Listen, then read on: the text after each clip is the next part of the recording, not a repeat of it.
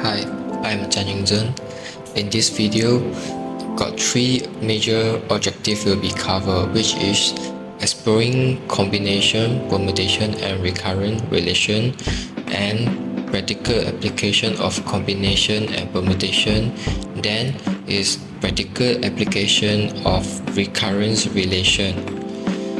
And for my part, you will follow my step, dive into the world of mathematics concepts which are combination, permutation, and recurrence relation. These concepts might sound difficult, but they have practical application in many real-life scenarios. Let's start exploring how these mathematical tools can be applied daily. First of all, the combination and permutation are ways to count an average object. And for now, confirm got someone will be asking how do we use them in our real life. So for now, I would like to explain the combination. Use combination when the orders of selection is not important. A classic example is the lottery game. When you select a set of numbers from a larger pool, the order in which you select them does not matter. Only the selected number do. For example, if you have to choose 6 numbers out of 49, the number of ways to choose them is given by the formula. And here is the formula that shows how to calculate the answer. So where n equal to 49 and r equal to 6, the combination help calculate the total number of possible choice. Next, the another real-world application of portfolios is the formation of committees. If the club wish to select 3 out of 10 members to form the committees, the number of ways to choose the team is using back the previous formula to calculate the answer. So let the n equals to 10 and let the r equals to 3. So we can get the answer is 120. The selection order does not matter. Portfolio help determine the number of ways to form a committees. Next, I would like to explain the permutation. Use permutation when the order of selection is important. A common example is arranging books on a bookshelf.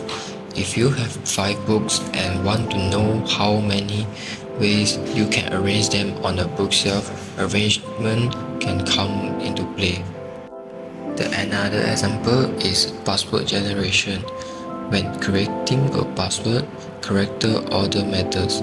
If a password consists of 4 distinct letters, example like A, B, C, D, the number of ways to arrange them is 4 factorial equals 24 possible passwords.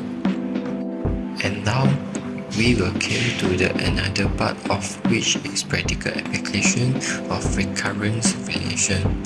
A recurrent relation is an equation that defines a sequence in terms of previous terms.